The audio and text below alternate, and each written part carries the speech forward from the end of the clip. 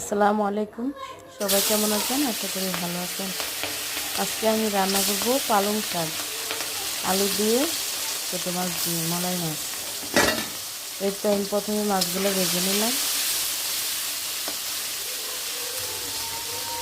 তারপরে মাছগুলো উঠিয়ে দিয়ে দেবো পেঁয়াজ, কাঁচামরিচ দিয়ে ভালো, পেঁয়াজগুলো দিয়ে দিলাম। এখন ভালো করে ভেজে নেব। তারপর কাঁচামরিচ দিয়ে দিলাম, তারপরে আলুগুলো দিয়ে দেবো।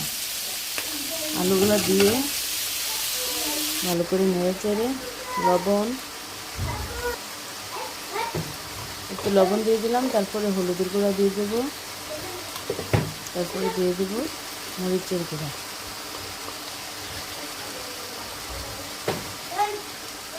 দিয়ে ভালো করে নেড়ে চেড়ে দিয়ে দেবো শাকগুলো।